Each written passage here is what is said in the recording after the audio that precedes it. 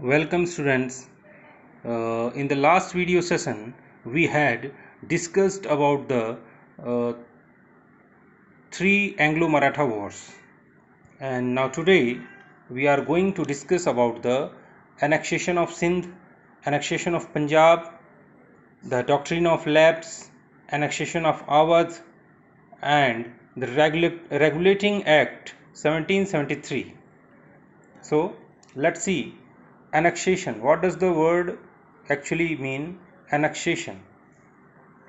Annexation means possession taken over a piece of land or a country, usually by force or without permission. So it is termed as annexation. Sindh occupied a strategic position. It lay on the route from British India to Afghanistan through the Bolan Pass.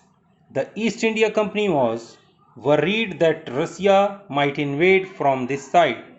They had signed the Treaty of Friendship with the Amirs of Sindh in 1809. According to this treaty, the Amirs had promised not to allow the French to settle in Sindh.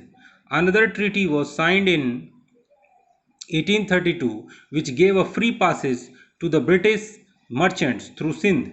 It was also agreed that no more vessel would pass through the Indus River. However, the British violated the terms. Violated means just passed. However, the British violated the terms of 1832 treaty and carried their armed forces through Sindh in their war against Afghanistan.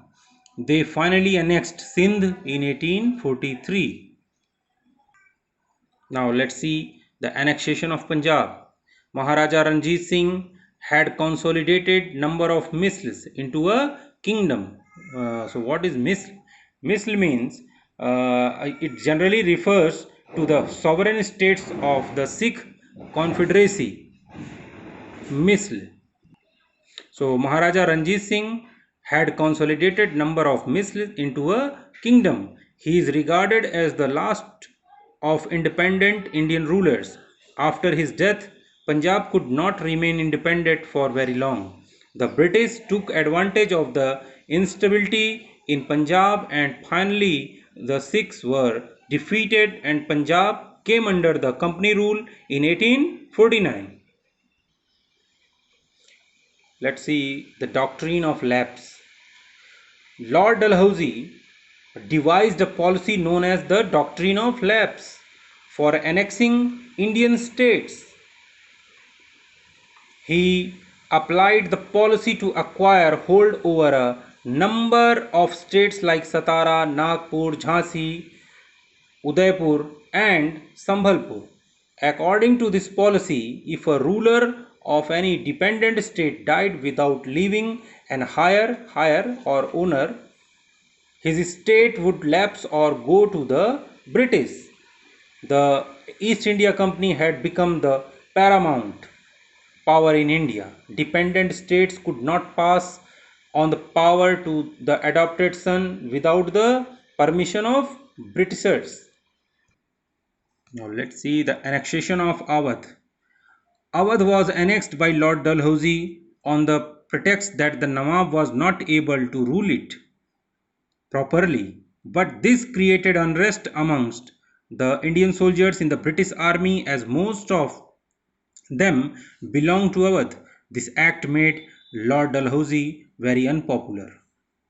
The company acquired control over large territories in India by 1857 on one pretext or the other. It exploited India economically as well as politically. They soon realized that to consolidate their hold over India, they had to strengthen their administrative structure.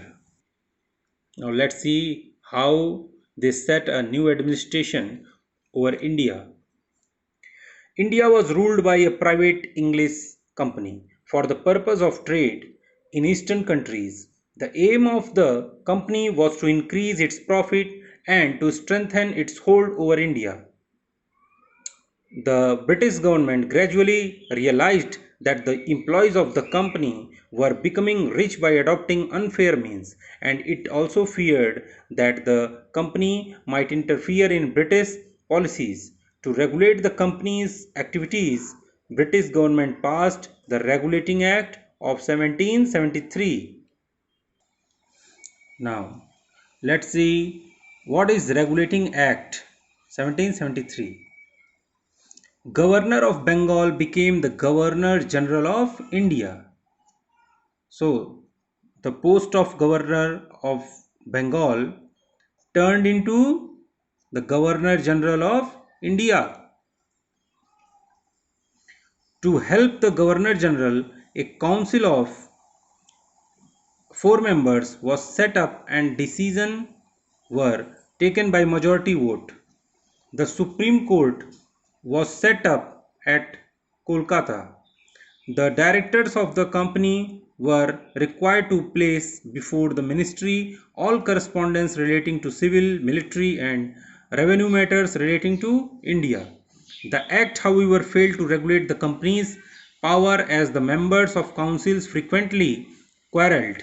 Jurisdiction of Supreme Court was not clearly defined, and governors of Bombay and Madras were reluctant to accept the suzerainty of the Governor General of Bengal.